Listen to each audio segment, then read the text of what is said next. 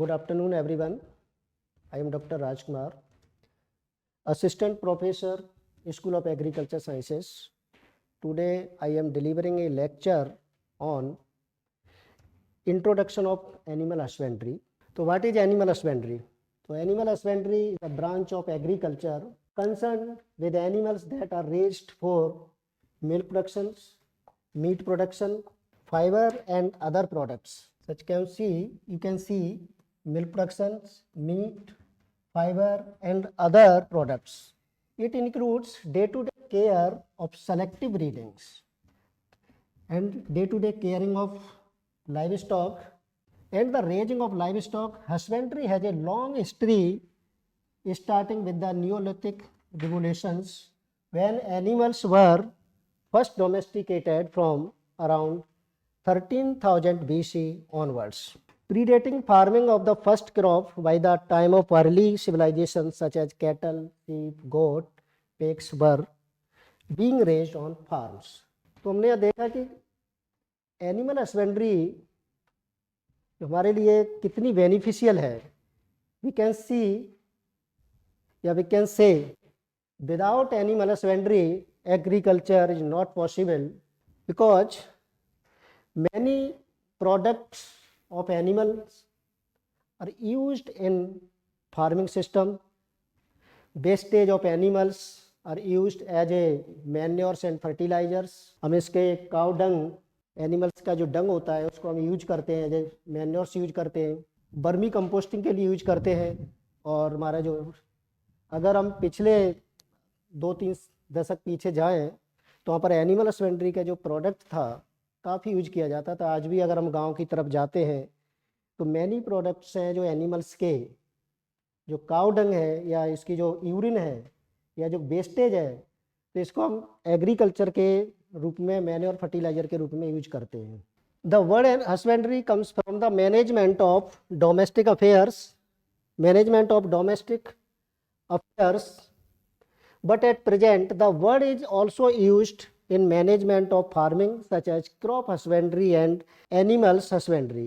The term used in connected with the animal husbandry includes proper feeding of livestock, breeding of livestock, beeding means health cares of livestock, and heeding means housing system of many other activities.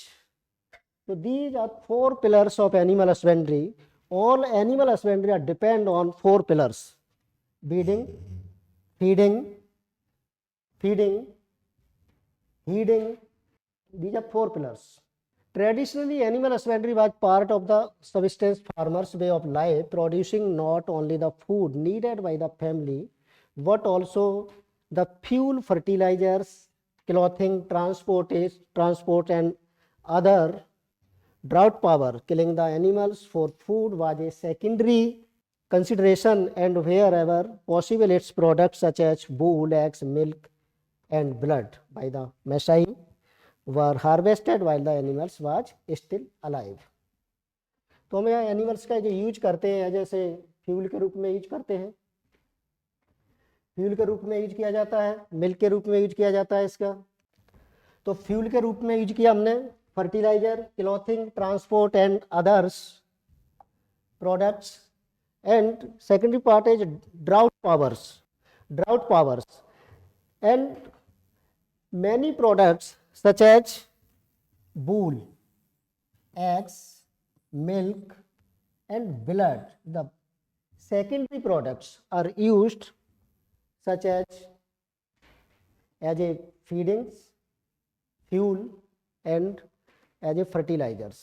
Suppose that जैसे bone meal, feather meal, blood meal, इनका हम use poultry farming के लिए, pig farming के लिए and अपनी crop husbandry के लिए भी यूज कर सकते हैं.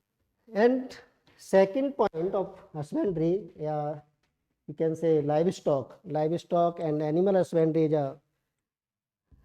synonyms words, but livestock are the domesticated animals raised in an agriculture setting to provide labor and produce commodities such as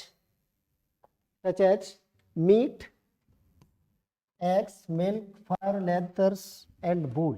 In India, the livestock production, animal production, and animal husbandry are mostly used as synonyms, term to indicate rearing of farm animals and poultry for enhancement of family income and nutrition for better health.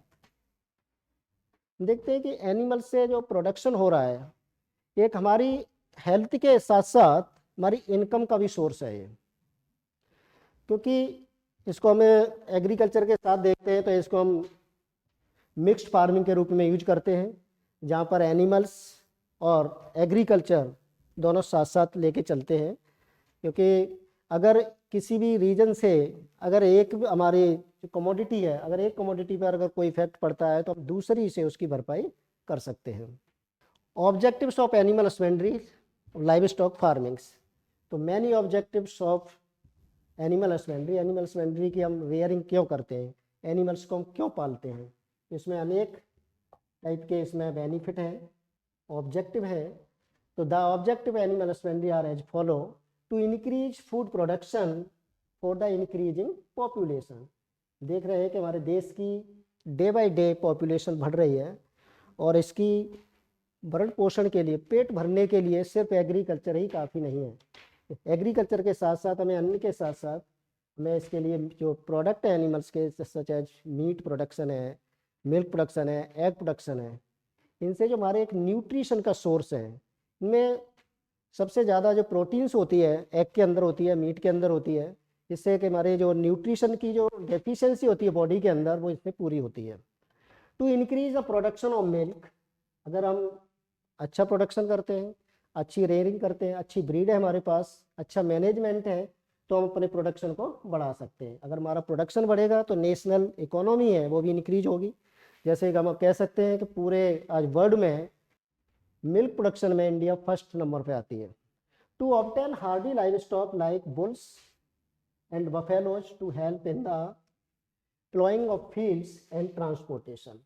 तो animals are used as a drought powers such transportation, cultivation and other works such as irrigations.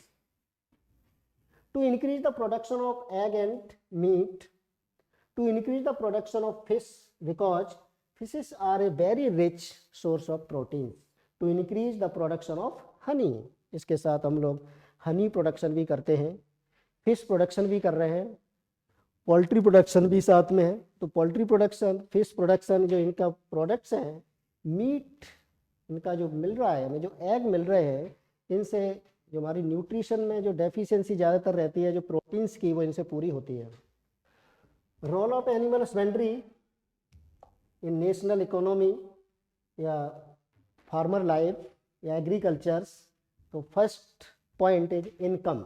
तो livestock is a source of subsidy income for many families in India, especially the resource poor who maintain few heads of animals. Cow and buffalo, if in milk, will provide regular income to livestock farmer through sale of milk and meat, milk products, and also meat and egg. So these are the sources of income. Employment: a large number of people in India being less literate and unskilled depend upon agriculture for their livelihood. So more than 15% of population in India depend on agriculture and as well as livestock. But agriculture being seasonal in nature could provide employment for a maximum of 180 days in a year. The landless and less land people depend upon livestock for utilizing their labor during lean period of agriculture seasons. जैसा कि हम देखते हैं कि जो हमारी agriculture है seasonal होती है, सीजनल होती है कि हम कहीं कहीं एरिया में कभी कभी बारिश नहीं हो रही है या कभी ऐसी कमोडिटी हो जाती है कि यहाँ पर एग्रीकल्चर पूरी तरह से नहीं हो पाती है, कभी गर्मी ज़्यादा पड़ रही है, कभी सर्दी पड़ रही है, या कभी बारिश ज़्यादा हो गई, फ्लड आ गया, बाढ़ आ गई, तो इससे हमारी क्रॉप बर्बाद हो जाती है। और इसके अंदर जो लाइवलीहुड है, जो पॉपुलेशन डिपेंड है एग्रीकल्चर पे, उसको जो लेबर मिलती है, लेबर्स मिलता है, उसको जो काम मिलता है 1 ईयर में ओनली 180 डेज मिल पाता है। तो 180 डेज मिल पाता है, लेकिन आगे जो 50% डेज जो बच रहे हैं उनमें क्या करें? तो उनकी पूर्ति के लिए लाइव स्टॉक करना जरूरी है उसको, क्योंकि लाइव स्टॉक से क्या है कि हमें पूरी साल 360 डेज उसको इनकम मिल सकता है, एम्प्लॉयमेंट ही मिल सकती है। और कोई ऐसा नहीं है एग्रीकल्चर से हमें सिर्फ पूरी साल इनकम नहीं मिल पाती है, तो उसका हमारा दूसरा सोर्स है कि हमें उसके साथ में एनिमल हस्बेंड्री को ज़्यादा महत्व देना चाहिए। Food can see the livestock products such as milk, meat and eggs are an important source of animal protein to the members of livestock owners. And social security, the animals offer social security to owners in terms of their status in the society. Gifting of animals during marriage is a very common phenomenon in different parts of the country. Animals are religious functions. तो हम देखते हैं कि अगर हम पुराने थोड़े पीछे जाए इंडिया में, तो वहाँ पर एनिमल्स का कितना इम्पोर्टेंस था। सोशल सिक्योरिटी से मीन्स है कि एक एनिमल्स हमारा स्टेटस बताता कि किसी के पास अगर नंबर ऑफ एनिमल ज़्यादा है तो वो ज़्यादा रिच है। तो जब देखते हैं कि कुछ पार्ट्स में अभी भी gifting of animals during marriage, जब मैरिज होती थी या कोई फंक्शन होता था तो लोग गिफ्ट करते थे एनिमल्स को, सजे काऊ को, बफेलो, सीप, गोट, एक दूसरे को गिफ्ट किया करते थे। शादी में अपनी बेटी की जब शादी होती थी तो विदाई में गाय, भैंस, बकरी इनको भी गिफ्ट देते थे। तो एक सोशल सिक्योरिटी का है। दूसरा सोशल सिक्योरिटी से मीन्स है अगर आपके पास नंबर ऑफ एनिमल्स ज़्यादा है, आपके पास लाइव स्टॉक की पॉपुलेशन अच्छी है, तो आपको कहीं से भी जो आपको क्रेडिट है, लोन है, वो आसानी से मिल जाता है। आपको अगर पैसे की ज़रूरत है तो आप कहीं से भी उसको एनिमल्स का यूज कर सकते हैं। ये इसलिए कहा जाता है सीप एंड गोट्स और मोबाइल बैंक, एटीएम, चलता फिरता एटीएम है। जब चाहें लाइव स्टॉक से हमें पैसा मिल सकता है, इनकम मिल सकती है। तो चलता फिरता है लाइव स्टॉक को एटीएम बोला जाता है, mobile ATM. Cows for housing, warming ceremonies, rams, buck and chicken for sacrifice during festive seasons. Bulls and cows are worshipped during various religious functions. ने देखा होगा कि cows for house warming ceremonies, जब घर के अंदर कोई फंक्शन होता है तो काव के डंग का यूज किया जाता है। काव का गोबर चाहिए, गाय का गोबर चाहिए। हवन हो रहा है, पूजा हो रही है, तो वहाँ गाय के गोबर की कितनी महत्व है, घी के, दूध की, तो हमें वहाँ गाय याद आती है, फिर हमें काव याद आती है। तो cow for house warming ceremonies, rams, bucks and chicken for sacrifice during festive seasons. जब सीजन आते हैं, ईद आ रही है, बकरीद आ रही है, तो वहाँ पर इनका कितना फेस्टिव सीजन में इसका कितना यूज होता है ना। Bulls and cows are worshipped during various religious functions. India के अंदर कई ऐसे फंक्शन हैं जिसमें काव और बुल्स को पूजा जाता है, उनकी पूजा की जाती है। तो काव मोस्टली इंडिया में काव का एक माता भी कहते हैं, गौ माता। इसका काफ़ी ये ऋग्वेद, सामवेद, इनमें इसकी चर्चा देखने को मिलती है। भगवान कृष्ण के साथ हमेशा एक गाय देखी जाती है, तो इसका काफ़ी पुराना इतिहास है गाय का। And draught powers, draught, the bullocks are the backbone of Indian agriculture. Bullocks को इंडियन एग्रीकल्चर का बैकबोन बोला जाता है because the farmers, specially the marginal and small, depend upon bullocks for ploughing, carting and transport of both inputs and outputs.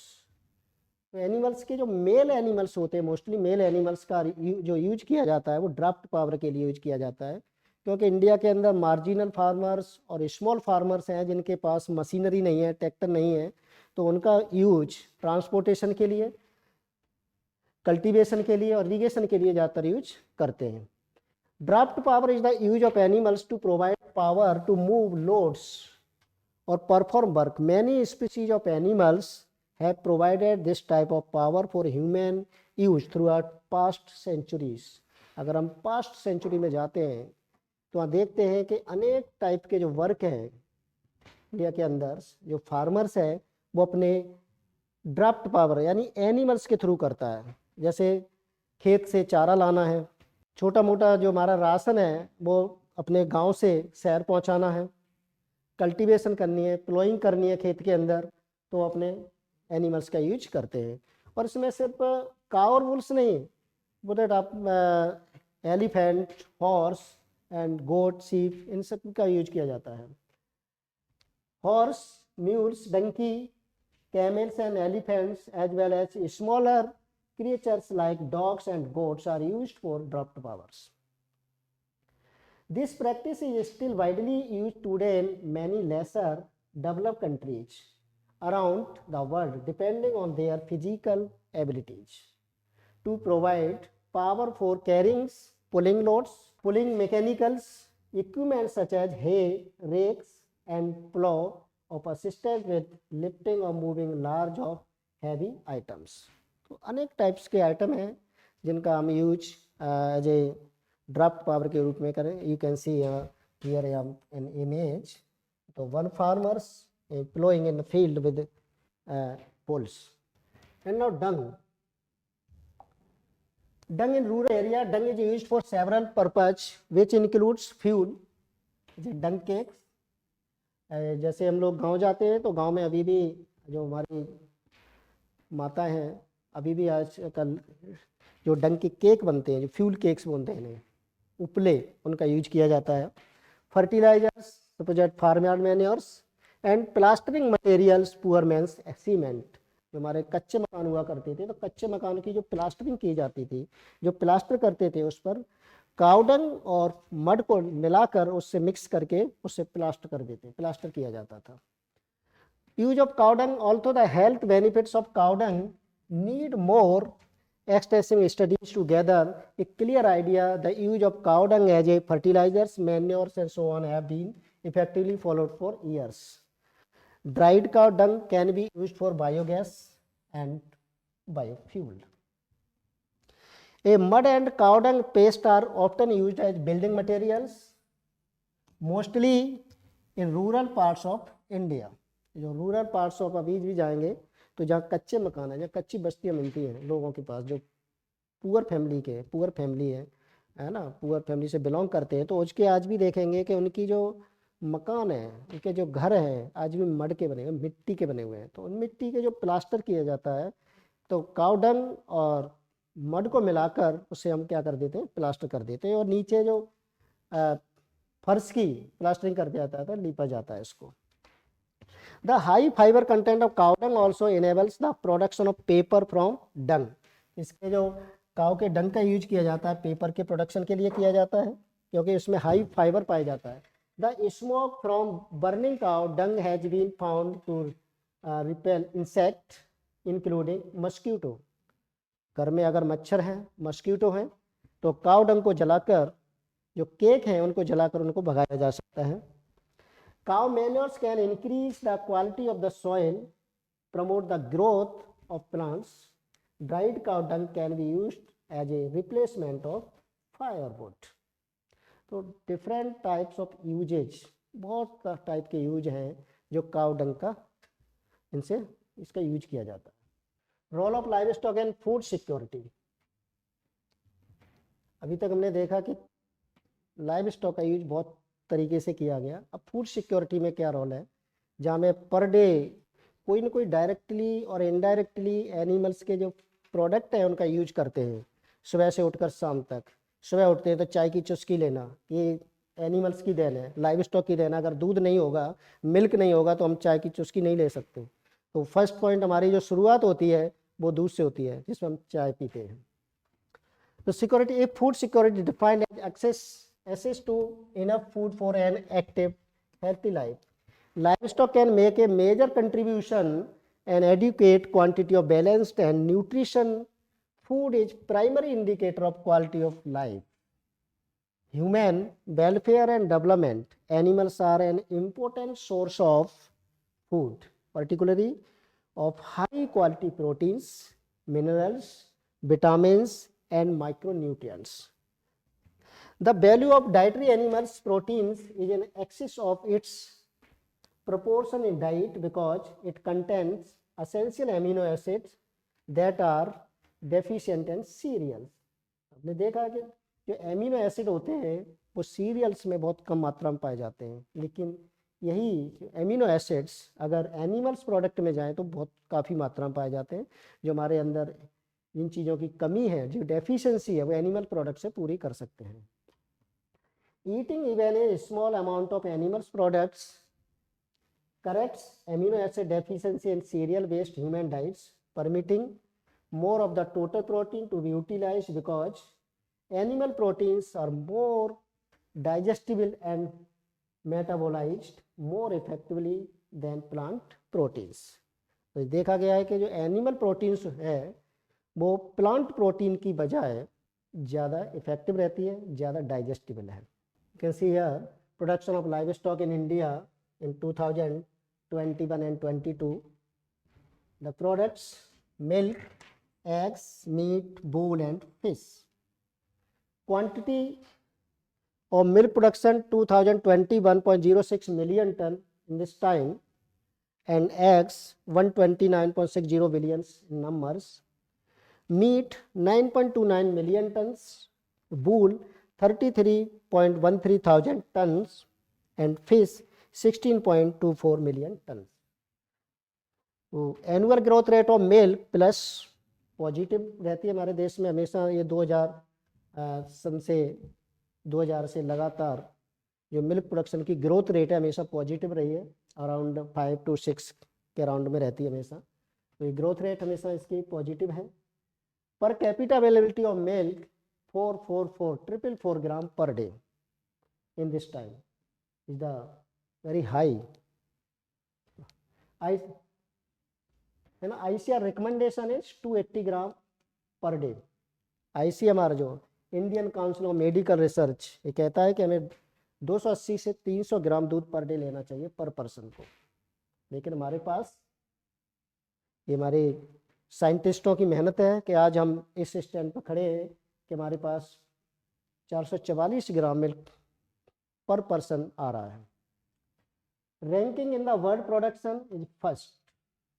Eggs 129.60 billion numbers.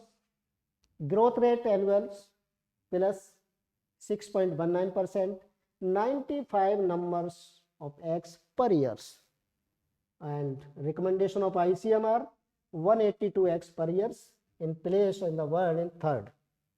So per capita availability around half of the recommendation of ICMR. जो ICMR की recommendation है उससे लगभग हम half तक पहुंच चुके हैं एग प्रोडक्शन में। अभी भी एग प्रोडक्शन में हमें काफ़ी इम्प्रूवमेंट करने की ज़रूरत है जिससे कि हम इस क्राइटेरिया को छू सकें। Meat 9.29 million tons positive response and 6.82 kg per year the per capita availability, but recommendation is high at 11 kg per year. We are stand in half.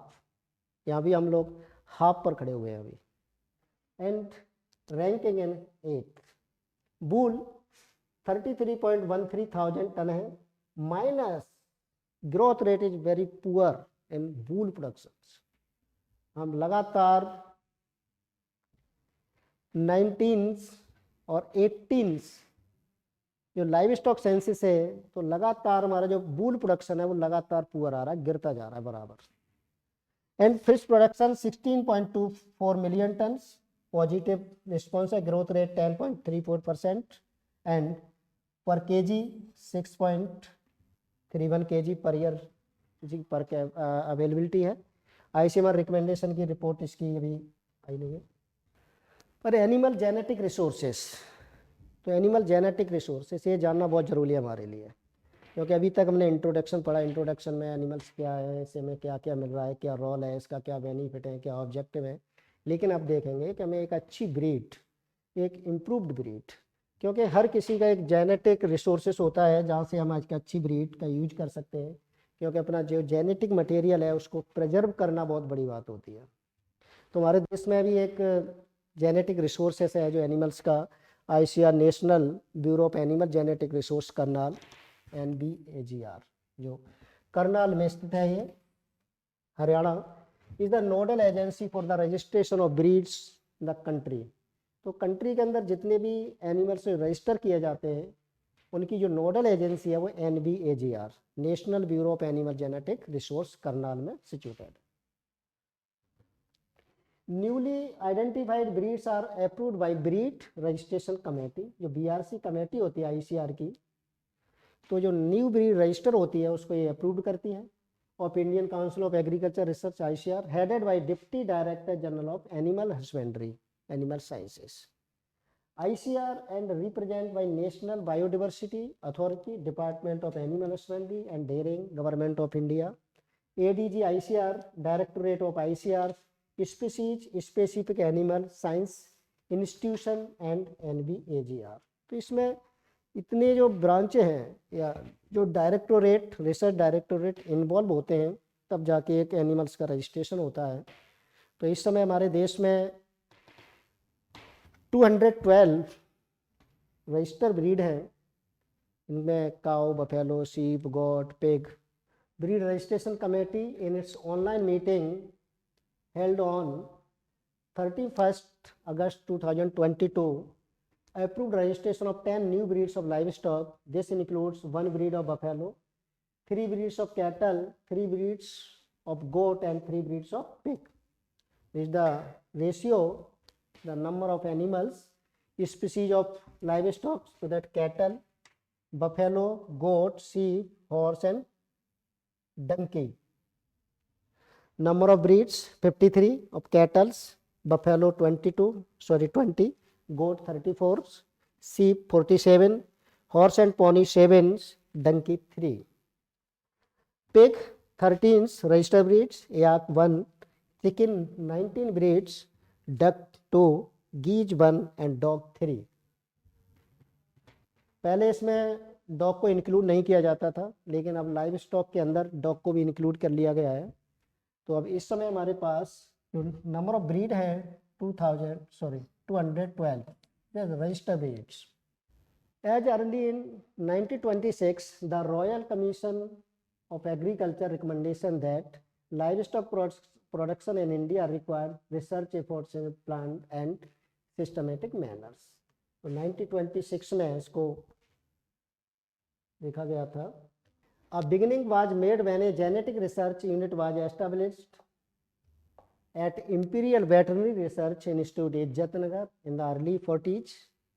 तो जो NBGR है हमारा, जो national bureau of animal genetic resource है, इसको पहले इसको जो एस्टेब्लिश किया गया था वेटनरी रिसर्च इंस्टीट्यूट इज्जतनगर में। After that in this acted as stimulator and later genetic research milk animals was started National Dairy Research Institute, Karnal, Haryana, in the late 15s and early in the 60s. A need was felt for an organization which could undertake the responsibility of evaluating, certifying and conserving the rich and varied germ pillage resources. National Institute of Animal Genetics in 1984 was culmination of sustained efforts made by the leading genetics in the country over the years. Finally, the institute was set up on 21st September 1984 at the campus at NDRI Southern Regions, Bangalore. And in 19 July 1985, this institute was shifted to Karnal as a NBAGR, National Bureau of Animal Genetic Resources. Scientific name and utility of common livestock and poultry. You can see here cattle, indigenous cattle and exotic. Family, scientific name, chromosomes number and utility.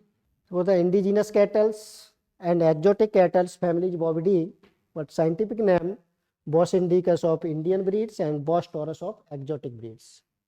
And chromosomes number 60 utility, these animals are used for milk, draught and meat purpose.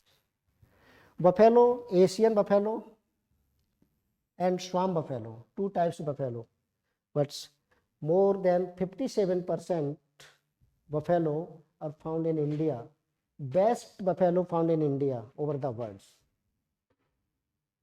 Family is Bovidae, Bovelus bovelis is the scientific name. Chromosomes numbers in Asian buffalo is 50 and swamp buffalo 48. Utility, milk, draught and meat purpose. African buffalo or cap buffaloes, Bovidae family, and Censurus capers is the scientific name of African buffalo. Chromosomes number 52. Use of this type animals is draught on meat purpose only. Yak, Bovidae, Bos granuus, milk and meat purpose. Methone also Bovidae and Bos frontalis, milk and meat purpose.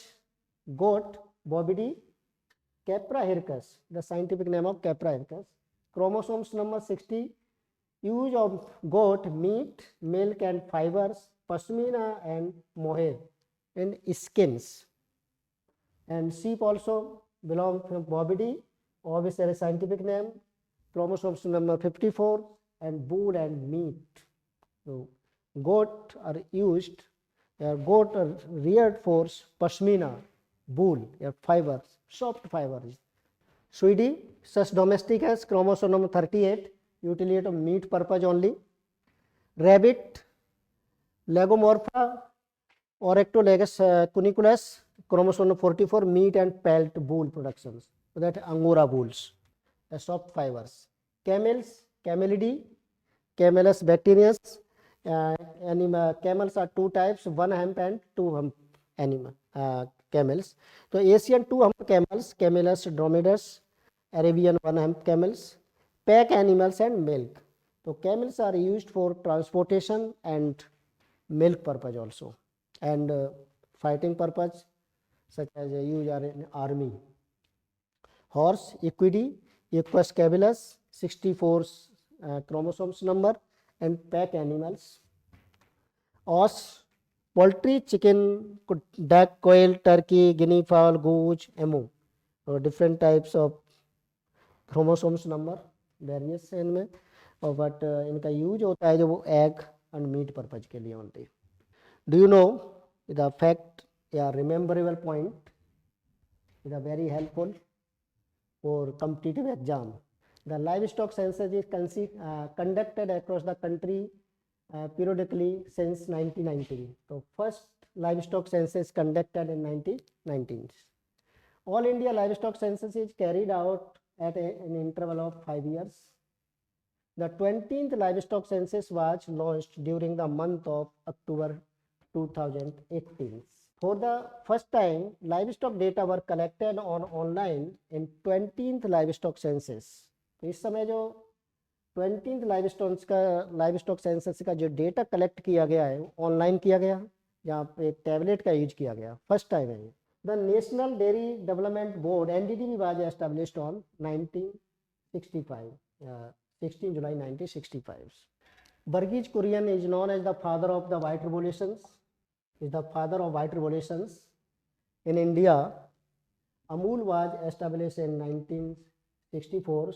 Is the full form of Amul, Anand Milk Union Limited. The founder is the father of white revolutions, known as Burgess Kurian. Burgess Kurian ने white revolution start किया था, जिसमें हमने काफ़ी जो हमारा आज production है मिल्क प्रोडक्शन का, इसकी पूरे को पूरा श्रेय बर्गीज कुरियन को जाता है. उनका एक प्रोजेक्ट था जिसे नाम दिया वाइट रिवोल्यूशन. ये विश्व का सबसे बड़ा प्रोजेक्ट था, जो आज इसी प्रोजेक्ट की बदौलत इंडिया आज फर्स्ट प्लेस पर खड़ी हुई है. Operation Flood programme is considered as the largest rural development programme in the world. It was started by the NDDB in 1970s. The objective of this program was to create a nationwide milk grid.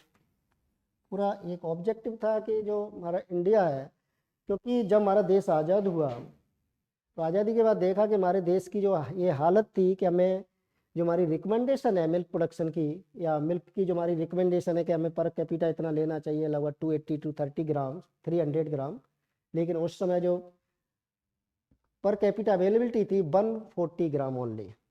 तो इसको जो half में थे इसको just 300 तक या 200 तक लाने में काफ़ी मशक्क़त करनी पड़ी, काफ़ी काम करना पड़ा। तो उसका श्रेय है ऑपरेशन हमारा जो चलाया था डॉक्टर वर्गीज कुरियन ने, उनको जाता है।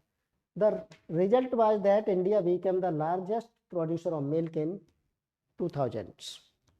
There are 3 categories of livestock development program in India. You can see here the state sectors. The state sectors program funded by the respective state government, जो state government के द्वारा चलाया जाता है।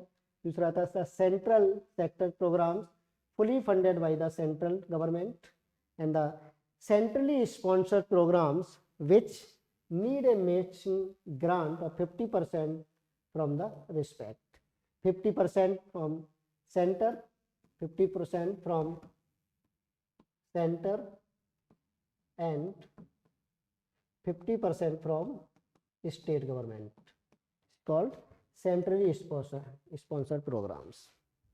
First animals to be domesticated was dog. Animal were domesticated at Neolithic age. First veterinary hospital was established in Ashoka period. देखिए ये हमारे देश की एक सबसे अच्छी खूबसूरती है, किस्मत कहें कि हमारे देश में सबसे पहले वेटनरी हॉस्पिटल जो खोला गया था वो महान सम्राट अशोक के राज्य में था, उनके द्वारा खोला गया था। तो एक बहुत बड़ा हमारा एनिमल हस्बेंड्री इतिहास से जुड़ा हुआ है, क्योंकि हमारे देश में अनेक राजा हुए हैं जिन्होंने डिफरेंट टाइप के काम किए इनके लिए। Ashva Chikitsa was compiled by Nakul related to Mahabharat. Sahadev was related to the treatment and management of cattle. Sahadev and Nakul very relative to animals. Nakul का जो रिलेशन था ये अश्व चिकित्सा से, घोड़े के चिकित्सा से, ट्रीटमेंट से, एंड सहदेव का जो था treatment and management of cattle. And now thank you.